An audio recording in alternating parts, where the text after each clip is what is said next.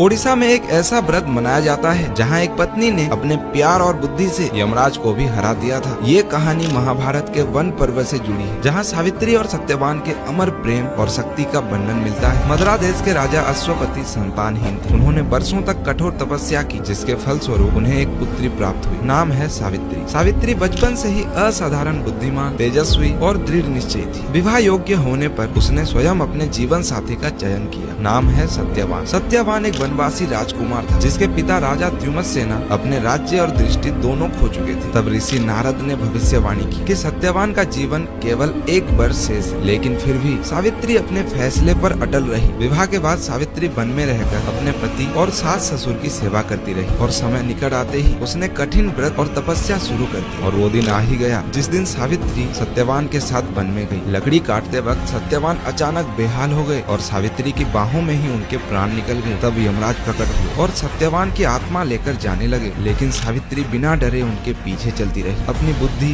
धैर्य और धर्म की बातों से सावित्री ने यमराज को प्रभावित कर दिया, और तब यमराज ने उसे वरदान देना निश्चय समझा। सावित्री ने पहला वरदान मांगा। उसने कहा, सास ससुर की आंखों की रोशनी वापस आ जाए। दूसरा वरदान मांगा, उनका खोया हुआ राज्य वापस आ जाए। फिर सावित्री ने तीसरा वरदान बड़ी चतुराई के साथ मांगा। उसने कहा, मुझे सत्यवान से संतान चाहिए, और यमराज ने तथास्तु कह दिया। तब यमराज भी समझ गए बिना सत्यवान के ये वरदान पूरा ही नहीं हो सकता, और मजबूरन उन्हें सत्यवान की जान वापस देनी पड़ी। इसी घटना की याद में ओडिशा में सावित्री व्रत मनाया जाता है, जहां विवाहित महिलाएं अपने पति की लंबी उम्र और सुख के लिए व्रत रखती हैं और बरगद के पेड़ की पूजा करती हैं, जो अमर प्रेम और जीवन का प्रतीक माना जाता है। ऐसे ही अलौकिक कहानियाँ और वीडियोस देखने के लिए हमें फॉलो जरूर करें। जय जगन्नाथ।